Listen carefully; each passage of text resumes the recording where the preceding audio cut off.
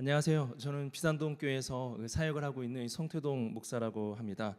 우리 비산동 교회는 예성 교단에서 유일하게 그 원로 목사님이 이 두 분이 계시는 그런 교회입니다. 그래서 저희 교회는 제가 이제 3대 그 담임 목사고, 그다음에 이제 1대 목사님도 계시고 2대 목사님도 계시는 그 예성 교단에서 유일한 그 두 분의 원로 목사님을 모시고 있는 그런 교회입니다. 그래서 그 많은 사람들이 제가 이런 말을 하면 걱정을 많이 하세요. 여러분도 알겠지만 그 원로 목사님이 한 분만 있어도 그 전임 목사와 후임 목사의 어떤 갈등이 그 있기도 하는데요. 그 두 분이나 있으니까 얼마나 그 힘들겠느냐, 또 두 분을 또 모시는데 얼마나 어렵겠느냐, 이런 그런 우려 섞인 말들이 많이 있는데요. 뭐 여기 우리 그 전사님들 좀 오늘 채플 드리시나? 오셨어요? 박중인 전사님 오셨나? 아 그래요? 이영현 전사님 오셨나? 아 그래요. 그 저 앞에 딱 앉으셔야지. 아무튼 우리 박준규 전사님이 오늘 내가 이렇게 설교한다고 하니까 보통 목사님들이 설교를 한 20분 한다고 그러시더라고요. 그래서 내가 오늘 예배 여기 그 담당하시는 또 우리 학생한테 물어보니까 한 40분 한다고 뭐 그러더라고요. 그래서 우리 전사님이 오늘 예배를 빨리 끝내고 싶어서 저한테 그러신 것 같아요. 오늘 빨리 끝나면 저기 저 박준규 학생한테 전사님한테 고맙다고 하시면 될 것 같아요. 그 아무튼 여기 두 분 계시는데 아마 아실 거예요. 원로 목사님으로 인해서 제가 목회를 힘들다든지 원로 목사님으로 인해서 제 목회에 방해가 된다든지 이런 일이 결코 없습니다. 우리 비산동 교회에서. 왜 그러냐면 우선 두 분의 원로 목사님이 비산동 교회로 나오시는 게 아니라 멀리 사세요. 은퇴하시고 아주 먼 곳으로 가셔가지고 거기에서 살고 계십니다. 그래서 이제 어떤 교회 큰 행사가 있을 때나 교회를 방문하시지 이 교회에 이렇게 잘 오시질 않습니다. 그렇기 때문에 원로 목사님이 뭐 저에 대해서 또 우리 성도들에서 이런 말 저런 말 하시거나 그런 게 아니라 완전히 이러한 부분을 차단하기 위해서 아예 멀리 이렇게 가신 거예요. 그래서 목회에 전혀 이렇게 지장이 되지 않고 있습니다. 우리 비산동 교회가 역사가 오래돼서 원로 목사님이 두 분이 계시냐? 그렇지는 않습니다. 이번 해가 우리 비산동 교회 50주년이거든요. 그래서 물론 길면 긴데 이 두 분의 원로 목사님이 생길 만큼 그렇게 역사가 긴 거는 아닙니다. 그런데 어떻게 우리 교회에 원로 목사님이 두 분이나 계실 수 있느냐? 이유는 바로 두 분 다 조기 은퇴를 하셨기 때문에 그렇습니다. 어떤 교단을 보니까 이 목사님의 정년 날짜를 5년을 늘려가지고 75세로 했다, 이런 그런 교단도 있습니다. 물론 우리 예성은 70세인데요. 우리 두 분 다 조기 은퇴를 하셨습니다. 이 조기 은퇴를 하셨기 때문에 이제 제가 50년밖에 되지 않은 그런 교회지만 3대 목사가 되고 두 분 다 살아계시는 이런 큰 복을 받는 그런 교회가 된 것입니다. 참 귀하지 않습니까? 두 분 다 이 조기 은퇴를 한다라는 게 쉬운 일이 아닙니다. 이 사람에게는 욕심이 있기 때문에 한번 이 욕심이 생기면 이 끝까지 하고 싶은 게 그런 마음인데 이 두 분 다 이렇게 일찍 은퇴를 하셨어요. 왜 일찍 은퇴하신지 아십니까? 왜 그랬을까? 잘 모르시겠죠? 여러분 교회에 그런 분 계시나? 일찍 은퇴하신 이유는 교회가 젊어져야 한다라는 생각 때문이었습니다. 교회는 다음 세대를 세워야 된다. 교회가 다음 세대를 세우지 않으면은 교회는 비전이 없다라는 그 생각으로 일찍 나이가 더 들기 전에 일찍 조기 은퇴를 하신 것입니다. 그래서 저에게도 이렇게 목회를 이양하실 때 하셨던 말씀이 교회는 젊어져야 된다. 교회는 시대의 빠른 변화에 따라서 잘 적응할 수 있어야 된다라는 얘기를 자주 해주셨습니다. 그래서 제가 이렇게 3대 목사로 이렇게 어린 나이에, 여러분 제가 나이가 많지 않습니다. 이렇게 머리도 올리고 어쩔 수 없이 올린 거예요. 왜냐하면 우리 교회 성도님들이 장년층이 많이 있기 때문에 너무 어려 보이면 안 돼서 제가 이렇게 머리를 막 올린 겁니다. 원래는 머리도 올리지 않아요. 그럼 제 나이가 얼마나 되냐? 여러분 얼마 된 것 같아요? 나이가? 그렇죠. 25. 제가 머리 내리면 버스 이렇게 가끔씩 타면은 학생이요라고 그런 말 이렇게 고마워요. 예. 아시죠? 오늘 나갈 때 여러분 우리 비산동 교회에서 여러분 커피 한 잔씩 준비를 했습니다. 그래서 한 잔씩 커피 쿠폰인가? 커피 쿠폰이요? 예, 그거 준비했으니까 감사해요. 아무튼 예, 하나씩 받아가시고 제가 우리 교회 성도님들이 이제 나이가 있기 때문에 이렇게 머리도 올리고 이제 그런데 많지가 않아요. 제 나이가 이제 제가 84년생입니다. 84년생이니까 39이죠. 그러니까 이제 40이 된 거예요. 그러니까 굉장히 젊은 나이에 목사가 담임 목사가 될 수 있었던 이유도 교회가 젊어져야 된다는 그 생각 때문에 이렇게 젊은 목회자를 세우게 된 것입니다. 그래서 저에게는 이제 부담이 있어요. 왜요? 다음 세대를 세워야 된다는 거. 그다음에 교회가 빠른 시대의 변화에 적응을 잘 해야 되고 발맞춰 가야 된다는 그런 부담감이 있습니다. 어떻게 목회를 해야 하는가? 다음 세대, 이 변화되는 시대 속에서 어떠한 가치를 가지고 목회를 해야 되는가 굉장히 그 고민이 많이 있습니다. 그리고 아마 여러분들이 사역을 하실 때는 지금보다 더 사역이 어려우실 것입니다. 예전에는 교회 앞에서 전도할 때 사람들이 뭐라 하지 않았는데요. 제가 지금 들은 이야기로는 학교 앞에서 그 전도를 하게 되면 엄마들이 경찰에 신고한다고 합니다. 아마 여러분들이 사역할 때는 이보다 더 어려운 전도와 더 어려운 목회의 상황이 펼쳐질 것입니다. 여러분 어떻게 목회하면 되겠습니까? 이 다음 세대, 여러분이 다음 세대 아니에요? 어떻게 우리가 목회를 해야 되냐? 어떻게 사역해야 되냐? 이런 고민을 가지고 제가 오늘 말씀을 가지고 나왔습니다. 지금 우리의 전망, 우리의 미래 전망에 대해서 이런 통계들을 살펴보면 굉장히 그 어두운 통계들이 많이 있는데요. 예를 들어서 이게 6년 전 기사입니다. 6년 전에 기사가 하나 나왔는데 잘 보이나요? 탈종교 가속화 해가지고 한국인 절반 이상이 종교 없어요. 그러니까 6년 전이에요. 이게 신문에 날 정도로 이게 무슨 말입니까? 유실론자보다 무실론자가 더 많아졌다라는 것이 이 뉴스에 나온 겁니다. 6년 전. 그럼 지금은 어떻냐? 지금은 60%가 되는 사람들이 무신론자입니다. 60%. 이 40%가 유신론자인데 이게 모든 종교를 다 갖고 있는 사람을 말하는 거예요. 모든 종교 다 말하는 겁니다. 그게 40%예요. 그래도 목사님 한 40%면 괜찮지 않나요? 뭐 그럴 수 있는데 여러분 젊은이들은 어떨까요? 20대는 몇 퍼센트나 종교를 가지고 있을까요? 여러분 어떻게 몇 퍼센트가 종교 가지고 있는 것 같으세요? 여러분 친구들 한번 생각해 보시고 종교가 있는 사람, 기독교 말고 종교가 있는 사람이 몇 퍼센트나 될까요? 20대에서 몇 퍼센트? 90? 90이 없다? 아우 너무 비극적이게 봤다. 자, 몇 퍼센트냐? 78%. 78%가 종교가 없다라고 이렇게 말을 했습니다. 여러분 이 22%가 있는 건데 이 22%는 기천불 그리고 2단까지 다 포함입니다. 2단까지 포함해서 22%예요.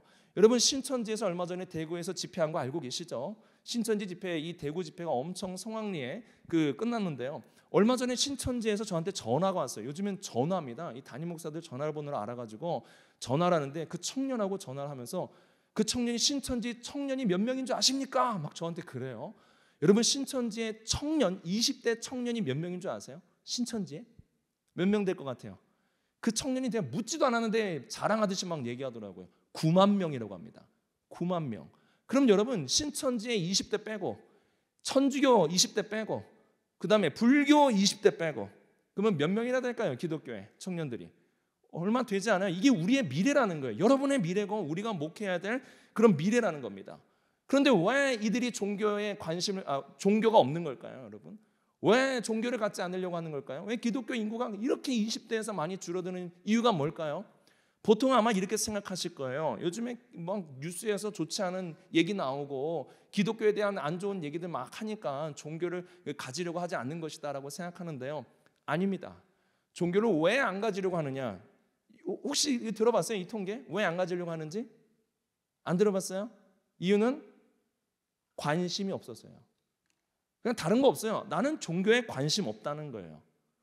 그러면 뭐라 그럽니까? 관심 없다 그러면은 관심 좀 가지세요 하는데 관심 없다는 거예요.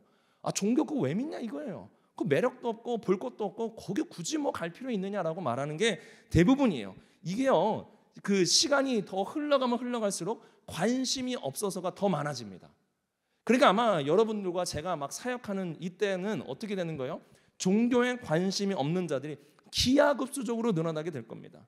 왜 관심을 안 가질까요? 이유는 간단합니다. 또 통계조사 보니까 종교가 우리 사회에 도움을 주지 않는다라고 응답한 사람이 몇 퍼센트냐? 82%입니다. 대부분의 사람이 종교는 필요 없다 이거예요. 도움이 안 된다라고 지금 얘기하는 겁니다. 종교가 가지고 있는 사회적 영향력이 있다? 18%만 있다라고 얘기하는 거예요. 충격적인 건 뭔지 아십니까? 지금으로부터 30년 전에는 대략 30년 전에는 70%나 되는 사람들이 종교는 필요하다. 종교는 영향력이 있다라고 얘기했습니다. 30년 만에 이렇게 바뀐 거예요. 30년 만에. 그러니까 왜 관심을 갖지 않습니까? 종교 필요 없다는 거예요. 있어봐야 아무 소용없고 매력도 없고 그거 우리가 왜 믿냐 이거예요. 그러니까 20대가 되고 그들이 30대, 40대 그리고 그 다음 세대가 오면은 이러한 관심 없는 자들이 기하급수적으로 늘어나게 될 겁니다. 여러분 어떻게 하면 좋습니까? 우리 어떻게 목회해야 돼요, 여러분? 저는 어떻게 목회를 해야 됩니까? 제가 이런 통계를 가지고 막 얘기하는 유튜버가 있었어요. 굉장히 유명한 유튜버인데 종교에 대해서 막 얘기하면서 막 비웃으면서 얘기하는 거예요. 자기도 무교인데 나는 이런 막 교회나 난 종교 안 믿는다. 막 웃으면서 이런 통계들 막 얘기합니다. 그런데요, 제가 그 유튜브의 비웃음의 그 마지막 얘기, 그게 제가 잊을 수가 없었어요. 계속 이런 통계 얘기하면서 종교는 없어질 것이고 막 이런 안 좋은 얘기하다가 마지막에 이 한마디를 딱 하더라고요. 하나 되면 모를까. 요 얘기를 한 거예요.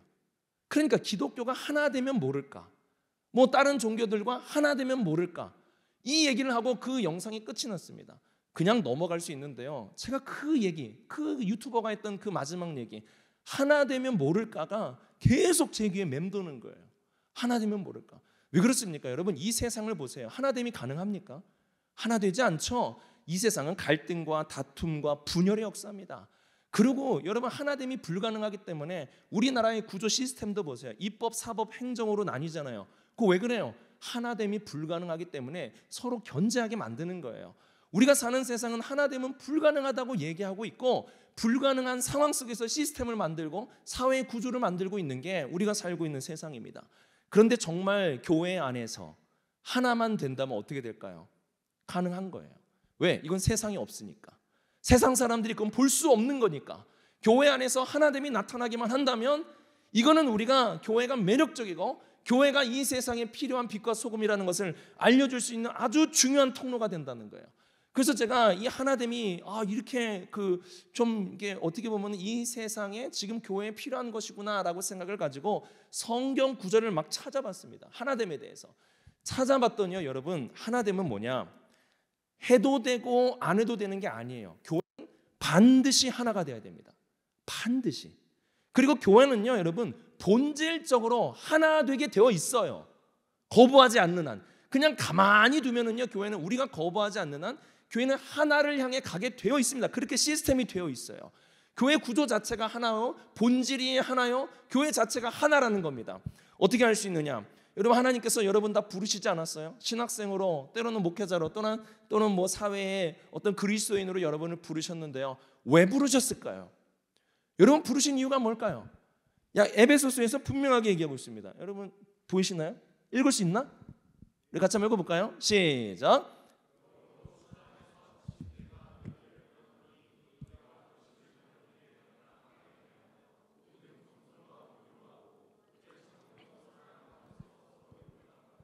평안이 매는 줄로 성령이 하나 되게 하신 것을 힘써 지키라. 자, 여러분 왜 불렀다 그래요?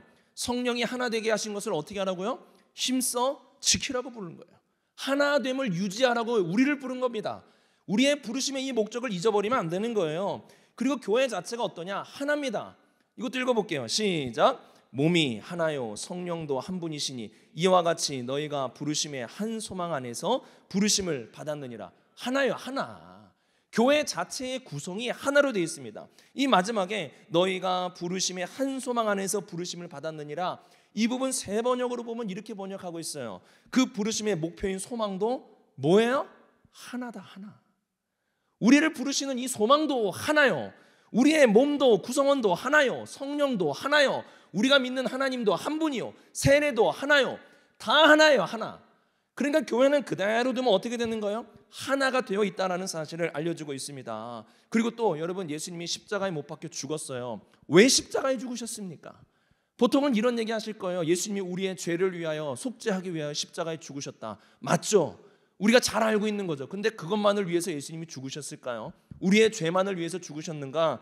그렇지 않습니다. 우리 주님께서는 이것을 위해서도 죽으셨습니다. 우리 그 중요한 말씀 같이 한번 읽어보겠습니다. 시작. 또 그 민족만 위할 뿐 아니라 흩어진 하나님의 자녀를 모아 하나가 되게 하실 것을 위하여 죽으실 것을 미리 말함이로라. 왜 십자가에 죽으십니까? 흩어진 하나님의 자녀를 하나 되게 하기 위하여 십자가에 죽으신다라고 말씀하시잖아요. 그러니까 예수 그리스도의 십자가의 의미도 뭡니까? 하나됨이에요. 그분의 십자가를 믿는 자는 하나됨을 위해서 살아가야 되는 겁니다. 그 말씀을 하시는 거예요. 그리고 나서 우리 주님께서 기도 정말 많이 하시지 않았어요? 그 공간복음 이런 데 보면은 아침부터 기도하시고 시간 날 때마다 기도하시고 저녁이 되도록 기도하시고 주님이 기도 많이 하셨는데요. 기도의 내용, 예수님이 기도의 제목이 뭐였는가는 그 복음서를 보면 많이 나오지 않아요. 뭐 놓고 기도하셨느냐? 주기도문에 좀 나오고 뭐 겟세마네에서 좀 나오고 그러고 나서 이렇게 예수님의 기도의 내용이 잘 나오진 않습니다. 그런데 요한복음을 보면은 예수님의 유언과 같은 기도의 내용이 나와요. 요한복음에. 그 요한복음 오늘 읽었던 그 말씀인데요. 자, 이 말씀 같이 한번 읽어볼게요. 이거 예수님의 기도의 내용입니다. 시작. 아버지여, 내게 주신 아버지의 이름으로 그들을 보존하사 우리와 같이 그들도 하나가 되게 하옵소서. 예수님의 기도의 내용도 뭐예요? 하나예요, 하나. 예수님께서 그렇게 기도하신 내용이 예수 그리스도를 따르는 자들이 하나 되게 해달라고 기도하고 있어요. 그리고 나서 여러분, 이 하나됨이 놀라운 능력이 뭔지 아십니까? 우리 전도 어떻게 해야 되냐 고민 많으시죠? 여러분 교회는 전도 어떻게 해요? 우리도 이 전도 때문에 고민이 많아요. 어떻게 전도해야 될지. 이 전도하면 사람들이 굉장히 냉소적입니다. 어떻게 해야 됩니까? 예수님이 그 전도의 방법도 알려주셨어요. 자, 읽어보겠습니다. 시작. 아버지여, 아버지께서 내 안에 내가 아버지 안에 있는 것 같이 그들도 다 하나가 되어 우리 안에 있게 하사 세상으로 아버지께서 나를 보내신 것을 믿게 하옵소서. 하나 되면 세상이 우리가 아버지의 예수 그리스도의 제자인 것을 믿게 된다라고 말씀하는 거 아니에요? 하나 되면 되는 거예요. 하나 되면 여러분의 교회에 빛이 날 겁니다. 그 빛이 나면 어떻게 되는 거예요? 세상에 있는 게 아니에요. 이 하나 되면 세상은 불가능합니다. 그러나 교회는 가능하다 이거예요. 그러면 교회가 하나가 되면 어떻게 되는 거예요? 그 교회를 보고 예수 그리스도의 제자요, 바로 하나님의 아들이라는 사실을 믿게 된다는 것을 알려주고 있는 거 아니겠습니까? 그래서 제가 학교에서요, 이 전도에 대해서 배울 때 이전의 전도와 요즘 이제 최근에 이제 다음 세대의 전도의 방법에 대해서 이렇게 배웠습니다. 여러분도 이거 배웠나 모르겠는데 제 그 담당 교수님이 박정수 교수님이에요. 그래서 박정수 교수님이 알려준 거예요. 나중에 수업 때 이 얘기하면 아마 좋아하실 겁니다. 자, 박정수 교수님 요즘도 깐깐하시죠? 자, 여기 보시면은 그 교회가 있는데요. 여러분 이전의 교회는 어떻습니까? 이렇게 나가야 돼요. 교회가 전도지 들고 나가는 거예요. 그래서 그 사람을 데리고 오는 거를 전도라고 생각하였습니다. 여러분 교회도 아마 많이 이렇게 하실 거예요. 근데 이거 해보신 분은 알아요. 한계성이 이제 크다는 거.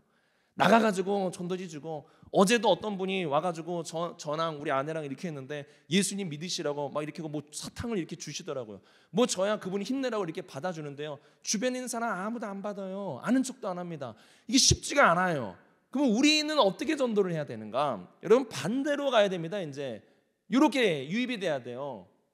자, 이렇게 교회가 빛이 나죠. 교회가 빛이 나면 어떻게 되는 거예요? 세상 사람들이 그 빛을 보고 유입이 되도록 전도를 해야 되는 거예요. 그 전도는 뭡니까? 교회가 빛을 내야 되는 거예요. 교회가 빛도 나지 않고 데리고 오면 뭐합니까? 사람들이 세상하고 똑같다고 얘기하면 데려올 필요가 없는 거예요. 교회에 빛이 나면 어떻게 되는 겁니까? 세상이 어둡기 때문에 빛이 비춰지는 것이고, 이 빛을 보고 사람들이 유입이 된다는 거예요. 유입. 이러한 전도의 관점을 가지셔야 되는 거예요. 이 빛이 뭡니까? 하나됨이 하나됨. 교회가 하나만 된다면 여러분, 이 빛이 나는 것이고, 이 빛을 통해서 세상의 사람들이 교회 안으로 들어올 수 있다는 사실을 알려주고 있는 겁니다. 그래서 우리 귀한 우리 후배님들, 또 앞으로 목회를 할 우리 귀한 목회자분들, 여러분 이 하나됨을 위해서 우리가 나아갈 때 주의해야 될, 기억해야 될 게 두 가지가 있습니다. 자, 첫 번째는요, 여러분 이 분열을 정당화해서는 안 됩니다. 분열을 정당화해서는 안 돼요. 지금 제가 보여드리는 이게 장로교의 분열사입니다. 이 뭐 잘 안 보이죠? 뭐 그렇게 자세히 볼 필요도 없어요. 이렇게 장로교가 분열돼 있다라는 걸 지금 보여주는 거예요. 성결교도 어떻습니까? 나눠져 있죠. 예성과 그 기성으로 나눠져 있습니다. 제가 청년 사역을 오래 해서 청년들이 여기에 대해서 저한테 질문을 많이 해요. 왜 교회는 이렇게 많은 교단이 있고 이렇게 많이 나뉘어져 있습니까? 여러분 그렇게 질문 들으면 뭐라고 대답할래요? 저는 이렇게 대답했어요. 그때는 이거 다 다양성이다. 교회마다 다 특징이 있고 다양성이 있듯이 교단마다 다양성이 있는 것이다 라고 제가 그렇게 얘기했습니다. 근데 여러분 솔직하게 마음에 손을 얹고 우리가 생각해 본다면 다양성일까요? 분열일까요? 아마 대부분은 분열일 것입니다. 그래서 이거를 교회의 지도자는 구분할 줄 알아야 돼요. 다양성이냐 분열이냐. 한스 퀸이라는 유명한 교회론 학자 있습니다. 한 번쯤은 들어보셨을 텐데, 이 한스 퀸이라는 학자가 뭐라고 얘기했느냐, 교회에 대해서 얘기할 때 이 분열에 대해서 이런 말을 했습니다. 분열에 대한 문제점을 인식하고 내적 회개부터 시작해라. 사람들이 계속 정당화시켜요. 분열된 게 다 이유가 있다라고 얘기해요. 교회가 나뉘어졌어요. 그거 다 나름의 이유가 있다 그래요. 신학적인 이유 때문에, 뭐 때문에. 근데 아니에요. 교회는 하나됨이 우선입니다. 그렇기 때문에 분열이 일어났다면 그 문제점부터 인식하고 내적 회개부터 시작하라고 지금 이렇게 얘기하는 것을 볼 수가 있습니다. 그러므로 여러분, 분열을 정당화해서는 안 됩니다. 분열은 문제가 있는 거예요. 그렇기 때문에 저와 여러분의 세대 속에서는 뭐를 이루어야 되냐? 교단과 교회가 진짜 하나 될 수 있도록 서로 연합이 이루어질 수 있는 것을 위해 우리가 힘을 써야 됩니다. 이게 우리의 숙제예요. 이것만 해내면 되는 거예요. 이것만 우리가 이루어 간다면은 교회가 빛이 날 수 있는 거 아니겠습니까? 그리고 나서 그러면은 어떻게 우리가 하나 될 수 있느냐? 이거 진짜 이게 어떻게 보면은 이게 중요한 거 아니겠어요? 교회 하나 되는 거 여러분 쉽습니까? 굉장히 어렵습니다. 우리 교회가요, 화성에 좀 그 밭이 있어요. 그 밭이 좀 많이 있는데 한 1,000평이 넘게 있어요. 그 밭이 있는데 거기에 우리 성도님들이 뭘 심어요. 이게 심는데 한 해는 고구마를 심었습니다. 그래서 제가 이제 같이 가서 이제 심었는데 여기 저기서 고구마 깊이 심어라. 어떤 분은 고구마를 얕게 심어라. 어떤 분은 고구마를 30cm 띄어서 심어야 된다. 어떤 분은 더 좁게 심어야 된다. 막 여기저기서 얘기하는 데는 누가 보면 싸우는 줄 알았을 거예요. 교회가 여러분, 성도들이 이 연약함이 있기 때문에 고구마 심는 것 하나도 분열됩니다. 여러분 다 아시죠? 여러분 교회도 분열 많이 되지 않아요? 어떻게 우리는 하나 되게 만들 수 있습니까? 교회를. 갈라디아서 말씀에 이런 말씀이 있어요. 우리 같이 한번 읽어볼까요? 시작. 너희는 헬라인이나 종이나 자유인이나 남자나 여자나 다 그리스도 예수 안에서 하나니라. 자, 어떻게 됩니까? 이런 다양한 사람들이 어떻게 하나 될 수 있느냐? 그리스도 예수 안에서 라는 답을 주고 있는 겁니다. 그리스도 예수 안에서. 그럼 그리스도 예수 안에라는 말의 뜻이 뭡니까? 이 안에라는 말이죠. 이 그리스도 예수 안에라는 말은 관계적 용어입니다. 그렇기 때문에 그리스도 밖에 있을 때는 분열이 일어나고 그리스도와 관계를 맺을 때는 하나가 될 수 있다는 사실이에요. 바로 여기서 우리 사역자들이 할 일이 나오게 되는 겁니다. 우리 사역자들은 뭘 해야 됩니까? 교회를 하나 되게 만들어야 돼요. 어떻게 해요? 어떻게 그 다양한 성도들을, 어떻게 그 자기의 주장이 강한 그 성도들을 하나 되게 만들 수 있습니까? 바로 예수 그리스도와 관계할 수 있도록 여러분이 그 인도자가 되어주면 되는 겁니다. 우리의 사역 속에서 예수 그리스도께서 말씀하신 하나님의 나라를 선포하셔야 되는 거예요. 그래서 여러분 학교에서 공부하실 때 하나님의 나라가 뭔지를 여러분 열심히 공부하셔야 됩니다. 사역의 현장 속에서 나는 하나님의 나라를 설명할 수 없다? 여러분 큰일 납니다. 안 돼요. 그거 안 되고 뭘 전하시려고 그래요? 하나님의 나라가 뭔지는 모르고 아까 천국은 마치 밭의 감추 인보와 그 하나님의 나라 얘기 아니에요? 하나님의 나라에 대해서 공부 많이 하셔야 돼요. 그래서 우리 성도들에게 예수께서 선포하신 하나님의 나라가 뭔지를 우리가 가르쳐주고 선포할 수 있어야 됩니다. 그게 우리가 해야 될 일이에요. 그리고 예수님의 공생에서 중요한 것이 뭡니까? 그분의 십자가와 부활이에요. 여러분이 십자가에 대한 믿음과 부활에 대한 소망의 확신을 가지고 사역을 하셔야 성도들이 예수 그리스도의 십자가 바라보고 부활의 소망을 가지고 살아갈 수 있는 거예요. 그리고 예수께서 가르쳐주신 그 가르침의 그 삶이 뭡니까? 예수님이 우리한테 어떻게 살라고 가르쳐 주셨어요? 중요한 두 가지 있죠. 사랑하며 살아라, 섬기면서 살아라. 이 사랑과 섬김이 여러분의 삶 속에 이게 자연스럽게 나와야 됩니다. 대접받는 자가 아니라 대접하는 자가 돼야 되고 원수를 사랑할 수 있는 마음이 여러분 안에 있어야 돼요. 그것을 이 신학교에 이 여러분 공부하는 기간 동안에 바로 이것들을 여러분이 배우시고 아셔서 교회에 선포하시고 가르치시고 삶으로 보여줄 수 있어야 되는 겁니다. 만약에 여기 있는 우리 신학생 학우들이 여기에 대해서 준비가 되고 여기에 대해서 확신을 가지고 십자가 부활에 대해서 확신을 가지고 신학교 4년 6년 이 과정 속에서 이 섬김과 사랑이라는 훈련이 된다면 여러분은 교회 가면은 하나 되게 할 수 있는 능력을 가진 사역자로서 사역을 할 수 있습니다. 그럼 여러분을 통해서 교회가 하나가 될 수 있는 거예요. 우리 비산동교회 또 여러분의 교회가 하나가 되면 어떻게 되는 겁니까? 세상에 빛이 나는 거예요. 빛이 나면 어떻게 되는 겁니까? 유입이 일어나는 겁니다. 그럼 어떻게 돼요? 여러분의 교회가 부흥이 되고 또 많은 사람들이 기뻐하며 세상에서 볼 수 없는 이 하나됨의 역사를 예수 그리스도 안에 누릴 수 있는 놀라운 역사 속에서 우리가 살아갈 수 있는 것입니다. 그래서 여러분 이 신학교의 4년의 이 공부의 기간 동안에 헛되게 허투루 여러분 보내지 마시고 하나님의 나라가 뭐냐?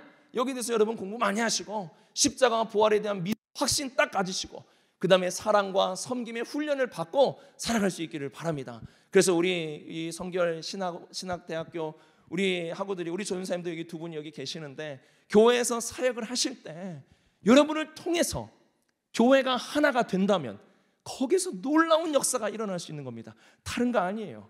세상이 나날이 교회가 어렵고 교회가 문 닫는 교회도 많고 문제도 많이 있고, 여러분 그런 말에 귀 기울이지 마세요. 하나가 되기만 하면 됩니다. 여러분이 신학교에서 동아리들이 연합하는 일에 힘쓰고 각 그 기관이 연합하는 데 힘쓰고 이 하나됨의 그 훈련을 신학교에서 하고, 그런 다음에 교회 현장에 와가지고 그것을 적용하고 하나됨이 이루어진다면 여러분 거기에서 소망이 일어날 수 있는 거예요. 문제는 뭐냐? 세상이 어두운 게 문제가 아닙니다. 교회가 하나 되지 않아서 빛이 안 나서 문제인 거예요. 교회가 빛만 난다면, 하나됨을 통하여 빛만 비칠 수 있다면 소망이 있는 것이고, 우리 성결대학교 우리 학우들을 통하여 우리 사역자들을 통하여서 하나됨의 역사가 교회 안에 또한 이 땅 가운데 나타날 수 있게 되는 것입니다. 저도 이 하나됨을 위해서 열심히 달리고 있습니다. 정말 되는지 안 되는지 저는 여러분들보다 한 10년 정도 앞서서 지금 사역하는 것 같아요. 10년 정도 앞서서 사역하니까 나중에 한번 봅시다. 이게 저도 되는지 안 되는지 한번 보는 거예요. 우리 성도들에게 하나됨을 굉장히 강조하거든요. 그래서 우리 전사님도 아마 이 설교 한 3번 이상 들었을 텐데 하나됨을 얼마나 얘기하는지 몰라요.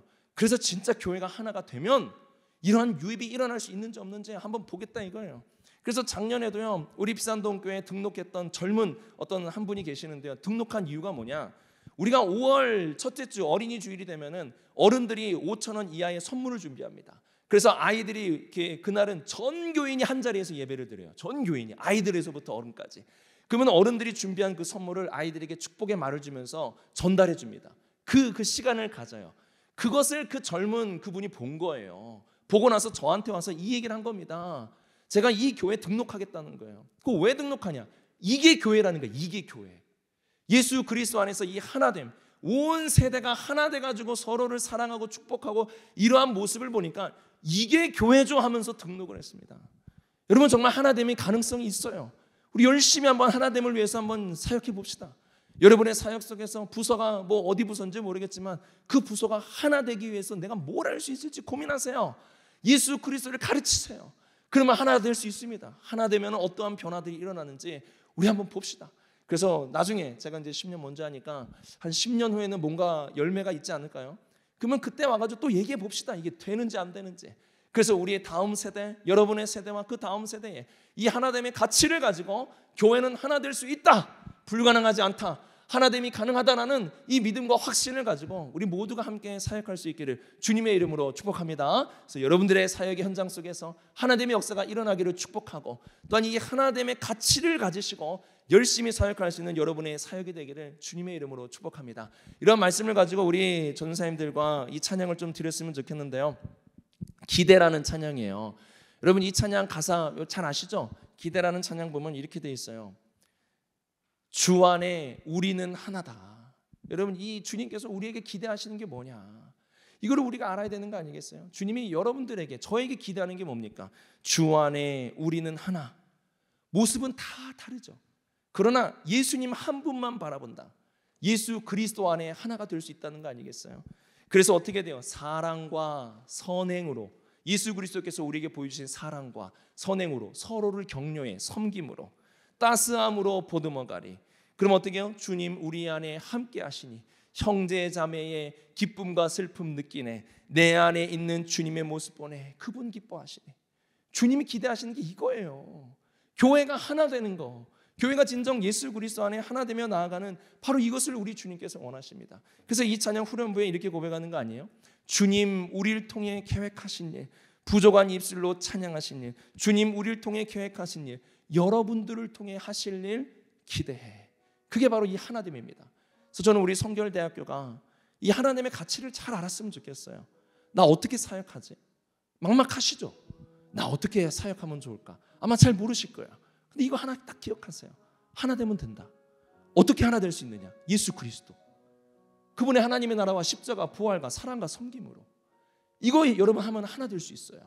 하나 되면 능력이 나타나고, 하나 되면 이 세상의 빛과 소금이 될 수 있습니다. 사랑이 많으신 하나님 아버지, 우리의 미래를 생각해 보면 목회의 현장이 참 어둡습니다. 그러나 목회가 어두운 것이 아니라 하나 되지 않았기 때문에 어두움을 우리가 알게 하여 주옵소서. 이제 다음 세대를 책임지고 이제 앞으로 나아가야 할 저와 우리 귀한 우리 학생들, 우리 학우들 안에 하나됨의 가치를 깨닫게 하여 주시고, 힘들고 어려워도 예수 그리스도 안에 하나 되기 위하여 힘쓰는 우리 모두가 되게 하여 주옵소서. 그래서 이 어두운 세상에 빛을 비추게 하여 주시고 하나 되는 교회를 통하여 하나됨의 역사를 통하여 많은 세상 사람들이 우리 주 예수 그리스도께로 유입되는 역사가 있게 하여 주시옵소서. 앞으로 공부하고 또한 학업과 사역을 배우는 모든 과정 속에서 주님께서 은혜와 복으로 함께하여 주셔서 많은 것을 배워 사역의 현장 속에서 하나됨을 위해 힘쓰는 우리 귀한 사역이 될 수 있도록 붙들어 주시옵소서. 이 모든 말씀 예수님의 이름으로 기도드렸습니다. 아멘. 지금은 우리 주 예수 그리스도의 은혜와 하나님의 사랑하심과 성령께서 주시는 성도의 교제가 오늘도 하나됨의 가치를 알고 하나 되기 위하여 힘쓰고 헌신하는 모든 우리 학생들 위해 지금로부터 영원까지 함께 하시기를 간절히 축원하옵나이다. 아멘.